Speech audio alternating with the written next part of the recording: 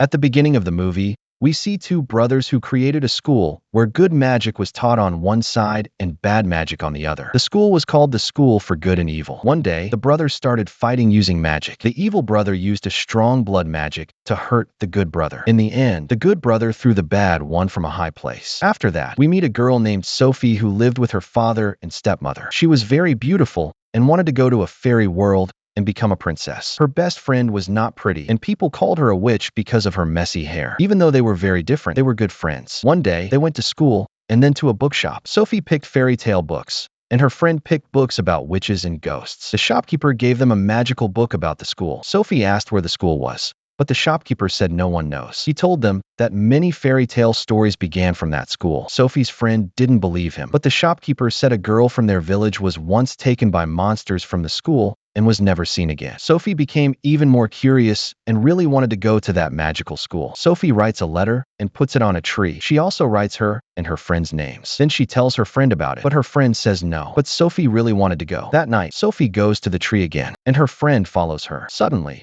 a big hawk takes Sophie to the School of Evil and drops her friend at the School of Good. Sophie tells the wolf guard that there is a mistake and she should be in the good school. She goes inside and tells this to the head lady, who is the principal. The principal says the hawk never makes mistakes. It always drops students at the right place. Meanwhile, Sophie's friend, whose name is Agatha, enters the School of Good. Some girls there laugh at her, saying her hair looks like a witch's, so she must be in the wrong place. Then some fairies take Agatha to the principal. Agatha says she didn't want to come here, but the principal also says the hawk never makes mistakes, and that never children can't come here. Agatha doesn't understand what never means. The principal explains that students in the School of Evil are called never because they are never happy, and students in the School of Good are called ever because they are always happy. Later, all the students gather in a big hall. Agatha wears a fancy dress, and Sophie wears a simple black one. Then the good students start showing their magic, and a prince arrives. An evil student challenges the prince and knocks him down. The prince looks at Sophie and Agatha, but he goes and sits with another girl. Then the school head arrives. He is the same person we saw at the beginning, the evil brother who fought